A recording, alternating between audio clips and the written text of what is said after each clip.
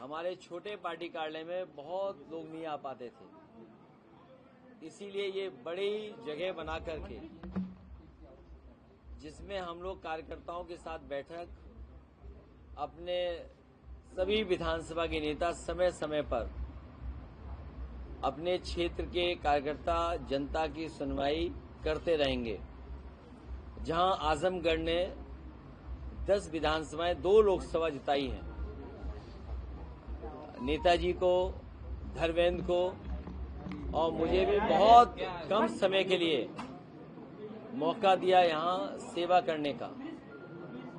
हम आजमगढ़ की जनता को और खासकर पूर्वांचल की जनता को भरोसा दिलाना चाहते हैं, जो विकास की गति समाजवादी सरकार में शुरू हुई थी, उस विकास के रास्ते को और आगे ले जाने का काम करेंगे।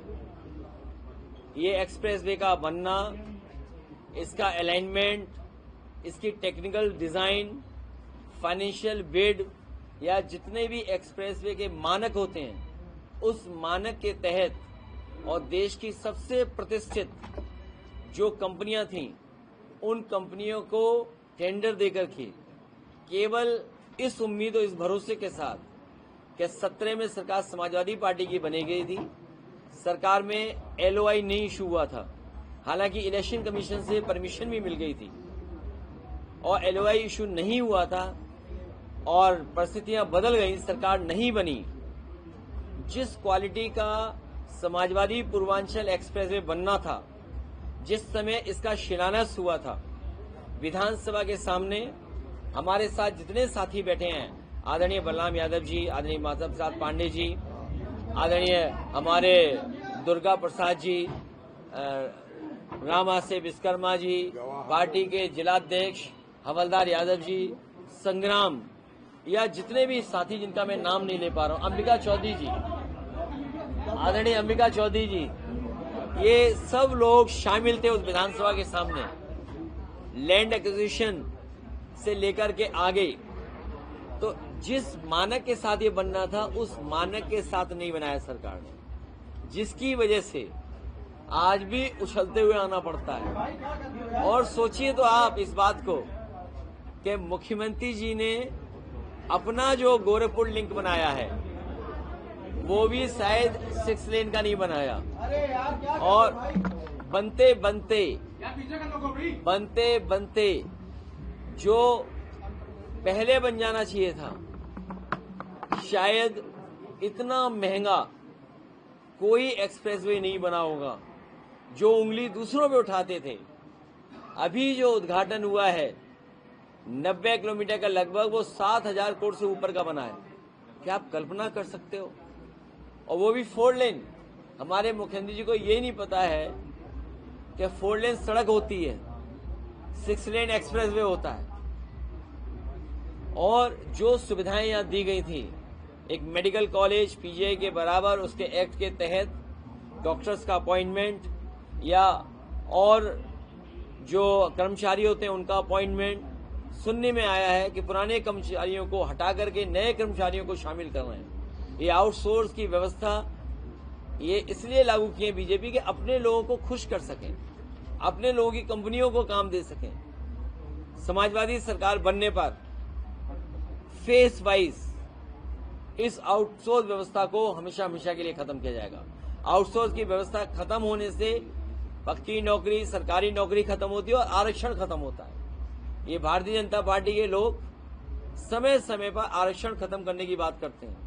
इन्हें वोट का डर है, इसलिए सीधे सीधे नहीं कहते हैं। इसीलिए समाजवाद या सेकुलरिज्म के बहाने पीछे से ये साजिश रचते हैं। समाजवादी व्यवस्था, जहां हमें संविधान बाबा साहब भीमराव अम्बेडकर जी सामाजिक न्याय के लिए आरक्षण और आर्थिक गैरबराबरी को दूर करने के लिए सोशलिज्म, दोनों तरह की आर्थिक और सामाजिक गैरबराबरी को दूर करने के लिए जो समाजवादी व्यवस्था लागू की है, उसके खिलाफ ये लोग हैं। इसीलिए समय समय पर ये सोशलिज्म के खिलाफ बोलते हैं, जो नवाजवादी बोलते हैं, जो डी कंपनी बोलते हैं। सच्चाई तो ये है, नवाजवादी लोग बोलने वाले, जब उनकी पार्टी की स्थापना हुई थी तो लगता ये है कि उनकी फंडिंग किसी और ने की थी, जिसकी वजह से आज भी उन्हें नवाजवादी याद है। ये रिसर्च का विषय है। मुझे उम्मीद है कि आप रिसर्च कर करके सच्चाई बताएंगे, और जब सच्चाई सामने आएगी तो आप पाएंगे कि कभी इन्होंने अपने स्थापना के समय पर अपने कार्यक्रमों को सहयोग करने के लिए कुछ ऐसे लोगों का साथ लिया था, वो अभी तक नहीं भूल पा रहे हैं। और जहां तक आजमगढ़ के लगाव की बात है, बीजेपी के लोग दबे ही जवान से कहते हैं कि कहां हमें मुख्यमंत्री थोप दिया दूसरी पार्टी का।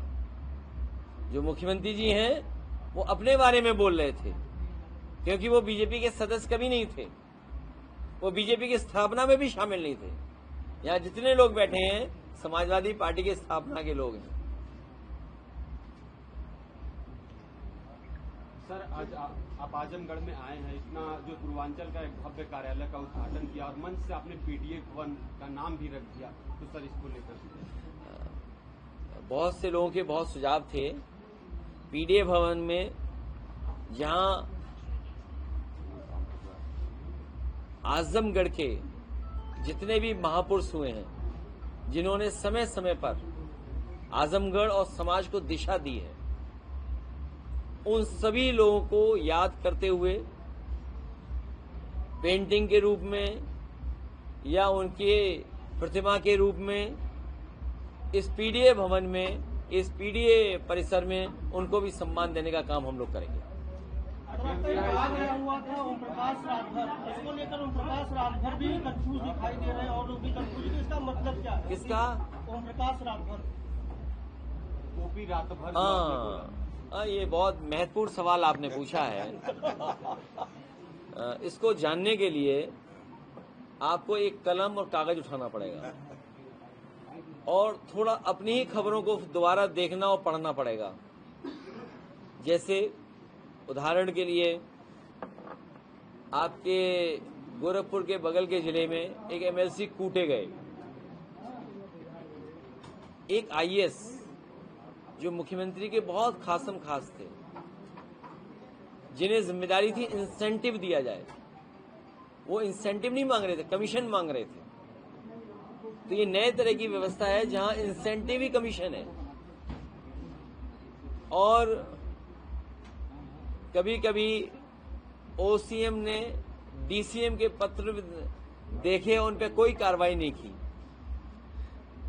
कलम उठाएं, कागज उठाएं और देखिए उनके अधिकारी कैसे परेशान हैं। पहले यहां ट्रांसफर, फिर यहां ट्रांसफर, फिर यहां ट्रांसफर, फिर यहां ट्रांसफर। ये उजाले में नहीं होते। कैबिनेट ने बड़ा निर्णय लिया है और जेपीएनआईसी को एनडीए के हैंडओवर कर दिया है। जो कमेटी थी उसको भी भंग कर दिया है। आज भी कैबिनेट में निर्णय लिया है। ये किसको दे दिया है? एनडीए को। वो एलडीए को इसलिए दिया होगा कि समाजवादी पार्टी को लेना आसान हो, क्योंकि आपको कोई संस्था तो चाहिए होगी, क्योंकि आपने पहले कोई कार्रवाई की होगी जिसके तहत आप कुछ कार्रवाई नहीं कर सकते हैं। इसलिए एलडीए को देने से अब आसानी से बेचा जा सकता है, दिया जा सकता है। इसलिए मुझे खुशी है इस बात की।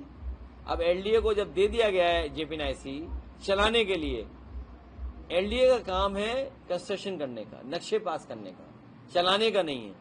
जिस तरीके से उन्होंने और चीजें बेची हैं या और चीजें चलाने के लिए दी हैं, मैंने उदाहरण के लिए कहा था कि लखनऊ में जो सबसे बेहतरीन और शायद देश का one of the best market space जो क्रिएट किया था, वो बीजेपी की सरकार बनते ही बेच दिया गया था। जो प्लासियो मॉल है वो एलडीए का बनाया हुआ था। इसी तरह बहुत सारे और प्रोजेक्ट बने थे जो दूसरे विभाग ने बनाए थे, लेकिन इस सरकार ने बेच दिए थे। मुझे लगता है एलडीए में जाने के बाद रास्ता आसान हो जाएगा। इटावा वाली घटना पर भैया क्या कहेंगे, काफी दूर पकड़ रहा है ये मामला। सर, यूपी के इटावा में जिस तरीके से कथावाचक के साथ अपमान हुआ, उसको लेकर जिस तरीके से आपने उनको बुलाकर सम्मान दिया पार्टी कार्यालय में, जिस तरीके से अपमान किया जा रहा है जाति विशेष के खिलाफ, इसके बारे में क्या कहना चाहेंगे? अभी मैं आपको कई घटनाएं बताता हूं। बलिया में एक बार वन विभाग मगरमच्छ नहीं पकड़ पाता तालाब में, और कई हफ्तों के प्रयास के बाद मगरमच्छ नहीं पकड़ पाए। तभी मैंने एक अखबार में तस्वीर देखी कि उस गांव के नौजवान जो निषाद बिरादरी के थे, वो अपने कंधे पे रखे मगरमच्छ को ले जा रहे थे। मैंने बुलाया, उन्हें सम्मान किया। अभी कुछ दिन पहले आपने एक वीडियो वायरल होते हुए देखा होगा, एक बहादुर गौतम धौरारा में लेपर्ड, और वो लेपर्ड ही था, उससे लड़ता हुआ नजर आया, और उसने अपनी जान जोखिम में डाल करके और अपनी जान बचा ली। सोचो, बहादुर आदमी को मैंने अपनी पार्टी के नेता को भेजा और उसकी मदद करके आए। इसी तरह आपने महोबा में देखा होगा कि कुछ लोगों ने, प्रभुत्ववादी लोगों ने, जो वर्चस्ववादी लोग हैं, जो स्वीकार नहीं कर सकते हैं कि दूसरे लोग भी अब उनके बराबर का सम्मान या बराबर का पहनावा पहन रहे हैं। सोचिए आप, जब आप विश्व गुरु की कल्पना करें, विकसित भारत की कल्पना करें, तीसरे नंबर की अर्थव्यवस्था बनाने की बात करें, और अगर कोई नई शादी होकर के महिला किसी के घर के सामने से निकलती है तो उसे इस बात के लिए अपमानित किया जाता है कि चप्पल उतार करके जाइए आप।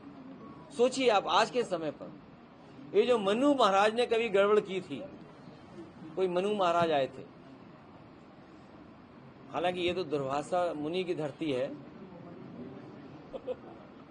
लेकिन एक मनु महाराज कोई आए थे, उन्होंने कुछ गड़बड़ किया।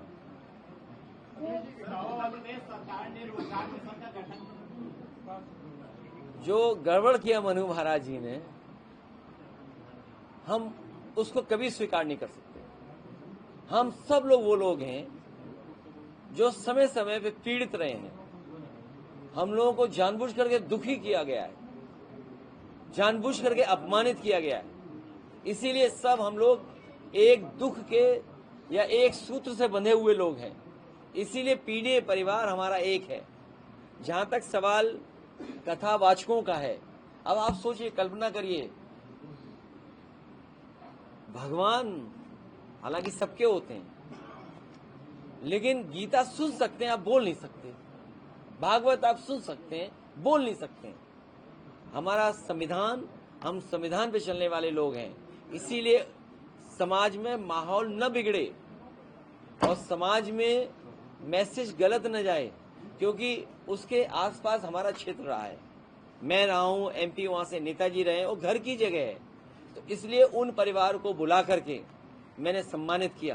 क्या आप कल्पना कर सकते हैं कि जिसके आंख नहीं, कठेरिया समाज का, यहाँ पर कठेरिया नहीं होते हैं, लेकिन एससी वर्ग में आते हैं, उसमें तो हर्जन एक्ट लगना चाहिए था।